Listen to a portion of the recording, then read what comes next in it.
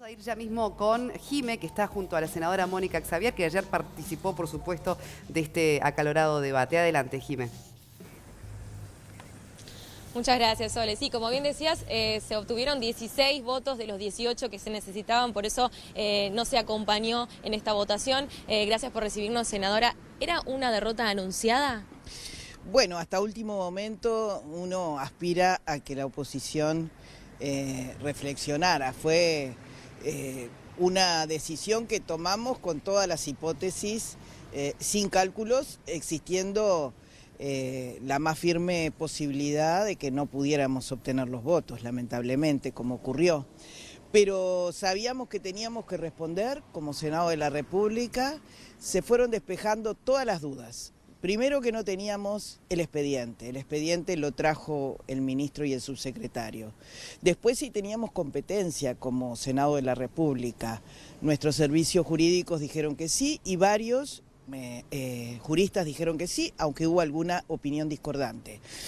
Y en tercer término, que la oposición planteaba entonces seguir llamando gente y seguir investigando. A nuestro juicio, no podíamos dilatar más la solicitud del presidente de la República por una cuestión institucional, pero además no necesitábamos, y creo que la ciudadanía no necesita ningún elemento más, ni formal ni de fondo, para concluir que estos militares que están en ese expediente no honran a las Fuerzas Armadas, no honran al país y no pueden estar al frente de tareas como las que encara una institucionalidad tan importante como son las Fuerzas Armadas.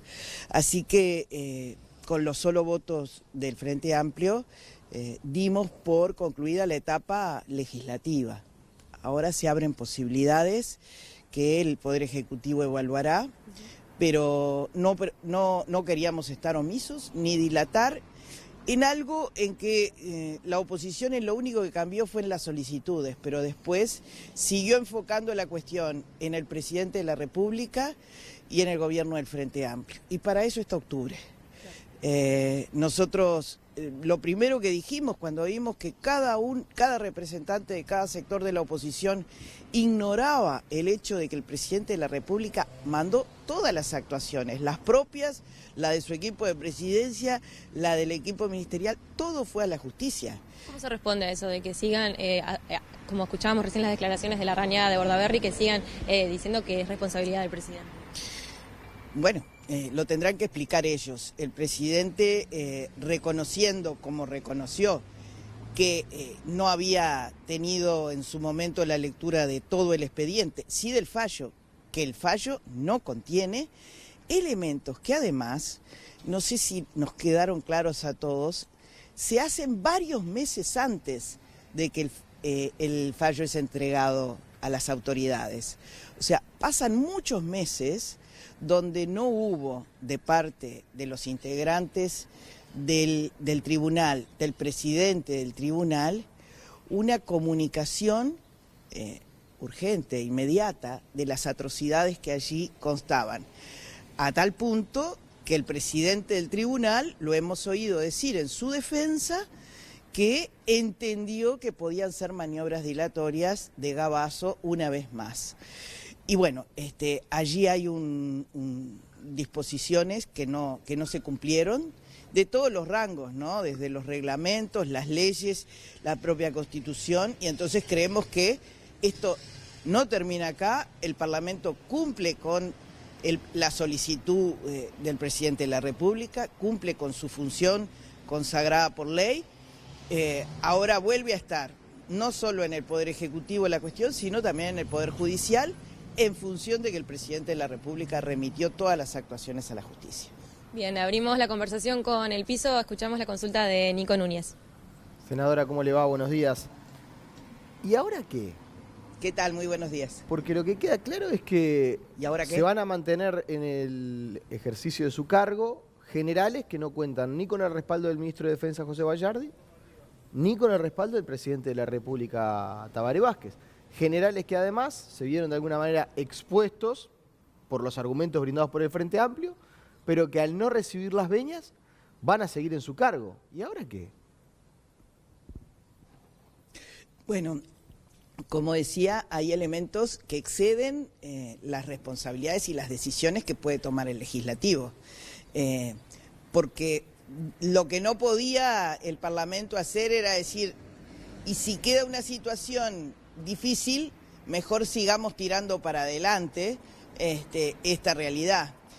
Por tanto, lo que nosotros insistimos es que institucionalmente y de acuerdo a las competencias que tenemos, cumplimos con nuestras responsabilidades. Sí, pero ahora habrá diferentes posibilidades, pero no nos vamos a poner nosotros en esta instancia a decidir cuáles son, ¿sí? Reconoce que queda una situación difícil. Digo, reconoce que queda una situación difícil.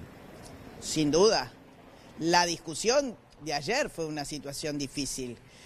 Que hayan pasado décadas, que hayamos convivido con lo que primero fueron dudas de la ciudadanía acerca de si todas estas cosas habían ocurrido.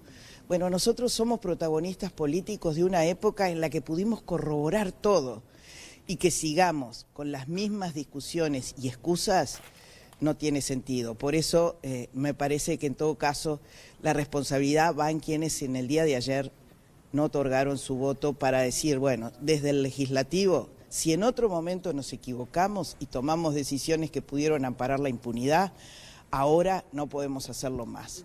Y no haber dado el voto ayer para cumplir con la venia es seguir amparando una situación que a todas luces vemos que a la República no le ha servido. Soledad Ortega le habla, ¿qué tal? Muy Sí, buenos días. ¿Qué tal? Buenos días.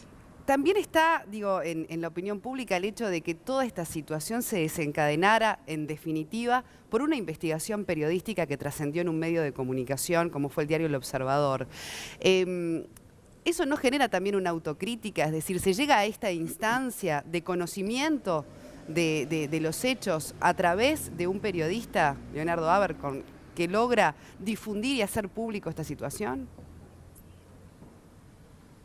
Mire, en democracia, que algo tan importante como el periodismo independiente pueda aportar datos al conjunto de la sociedad, me parece positivo. Por el contrario, no me parece en absoluto obra de la casualidad y qué terrible situación.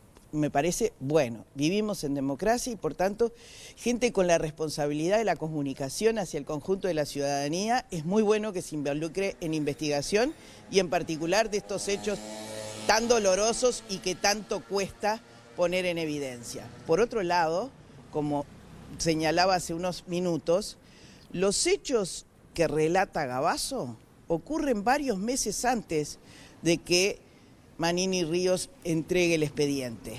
¿Qué pasó durante todo ese tiempo? Usted sabe que actuaba el tribunal. El tribunal tiene normativa que cumplir. Y ante esos hechos tan graves, bueno, sí, hay versiones, ¿verdad? No consta nada por escrito. Todos los involucrados sostienen lo mismo, que cumplieron con su responsabilidad y con los mandos de jerarquía. De hecho, la oposición, el argumento principal que tiene es adjudicarle la absoluta responsabilidad del desencadenamiento de los hechos a la presidencia. En esto de adjudicarse responsabilidades es donde está la situación de conflicto, sin duda. Por eso se lo pregunto, digo, de no haber existido esta investigación periodística, ¿qué hubiera pasado con eso que estaba homologado, con esas actas que estaban homologadas por el presidente? Bueno, primero que nada, hay meses que separan, como le digo, el relato de los hechos por parte de Gavazo de la entrega del expediente. Por tanto, allí hay responsabilidades y eso no lleva a interpretaciones. Los tribunales de honor tienen una regulación estricta y responsabilidades en sus integrantes y en su presidente. Y en ninguna parte de ese importante expediente consta la interrupción de las actuaciones, el dar cuenta y el que se autoriza a seguir funcionando. Senadora, eso lo primero, y cualquiera sabe que en un expediente lo que no está no existe. Senadora, sí. Una preguntita, Leonardo Borges le habla. Yo creo que hay dos temas acá. Por un lado tenemos el tema de los tribunales militares de honor. Estaba terminando de contestar la anterior, pero... Perdone. Perdón. Sí, adelante. No, lo que digo es que hay allí un espacio temporal donde no se cumple con la normativa. Y usted dice, ¿qué hubiera pasado si la nota periodística no lo hubiera revelado? Bueno, no podemos saber. Pitoniza, yo por lo pronto no soy. Pero lo que sí queda claro es la importancia y no nos podemos lamentar de que el hecho haya sido una investigación periodística, sino que debemos alegrarnos que estemos en una democracia donde la prensa puede hacer su trabajo con amplitud. Justamente, mi pregunta va por ahí. De alguna manera tenemos los tribunales por un lado y de alguna manera los generales dicen que actuaron bien, que le avisaron a Manini, ¿está?